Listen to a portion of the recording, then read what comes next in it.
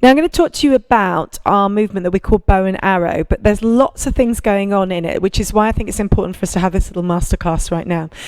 When we do bow and arrow in class, we maybe do it in different positions, but one of the positions I like to do it in is in a calf stretch position. Stretching the calves is really important because we get so tight in these calf muscles. They're also a tense muscle, a stress muscle, I should say. So they're a muscle that tenses without us even realizing or knowing about it. So it tends to be a very tense part of the body. And you'd think that, you know, being a calf muscle down here, how is that going to affect us through our pelvis, and is it really going to affect us in our pregnancy? Well, it's amazing how tension in one muscle area can actually create tension somewhere else.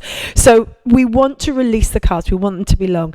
The other issue with calves may not be happening right now, and we may look at this a little bit later on in the Powerful Pregnancy, but the other issue with calves is the issue with circulation and the problem with cramps. So that's something we will address a little bit later. But for now, we just want to keep those calf muscles pliable whilst we do another movement for the body. So first of all, you're going to step back into a calf stretch position. So you're just going to take one leg back behind you. Now, just check your feet and make sure that they are in parallel lines. So you don't want your heel turning in. So if your heel turns in like that, the chances are you've got tightness going up into your hip because your hip's rotating and the muscles are tight and causing that rotation. So if you turn your heel out, what you're going to do is not only stretch your calf more effectively, you're also going to help to release some of that tension in the hip.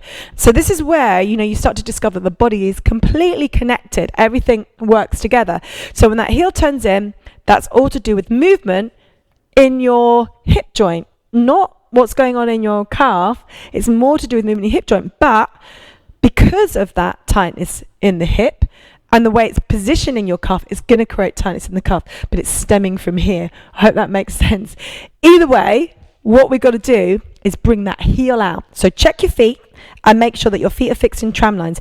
If your foot has a tendency to turn in, keep trying to turn it out. And then we want to warm the calves up. So I'm going to encourage you to either put your hands on your hips, or you might want to put them underneath your bump, and then you're just going to lift and lower.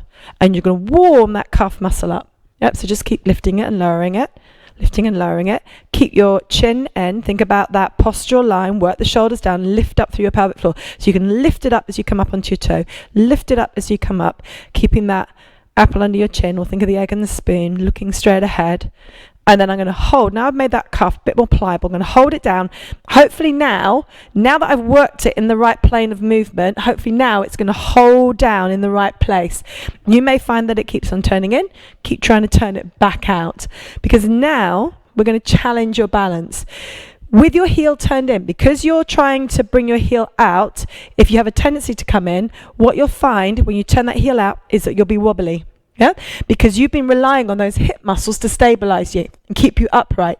Well, we're not allowing you to do that now. We're trying to release those so that they don't do the job of the core muscles. You've got to try and get your core muscles to activate and work harder so that you are stronger in your core. So you turn that heel out, and then we're going to do a bow and arrow. You're going to bring the hands up, and you're going to engage your core, but also your glutes, because your glutes, your big butt muscles, are there to stabilize you. And they're the ones that should be stabilizing, not the deeper ones inside your hip. So you want those big butt muscles to stabilize you. So squeeze your buttock on the back leg. And as soon as I do that, just watch my pelvis. As soon as I squeeze my bottom, just see what happens? It brings me into a different line, ever so slightly more upright.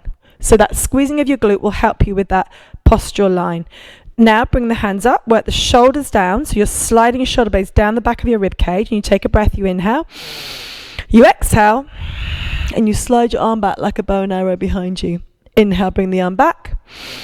And then slide it back behind you. Inhale, bring the arm in. Exhale, slide it back behind you. Inhale, bring the arm in. Exhale, now lift up through your pelvic floor. Lift into your belly as you rotate. Yeah, and then obviously do the same thing on the other side. And what you'll probably find is when you go from one side to the other, you'll have less tightness or more tightness on one side than the other. And this is how you discover where your body can vary. Now, we've got mirrors that we use in the studio. At home, I'd advise you to use either a mirror, or you can use the camera on your phone so that when you're following the videos, you can check your own positioning. Make sure that those heels aren't turning in, your feet are fixed in tram lines. And if I turn towards the camera now, I'll show you what I mean. So if I'm turning my heel in here, you can see I'm not in the right line, so I need to bring that heel out. And then if I work in that line, yep, I'm going to help to release that tension into my hip, but also help me to stabilize through my core muscles rather than working the hip rotators, which are exacerbated and tight already, and I don't want to overwork them. They are making my core lazy. So if I open and turn that heel out, use the core muscles more effectively, then I'm going to get stronger, and so will you.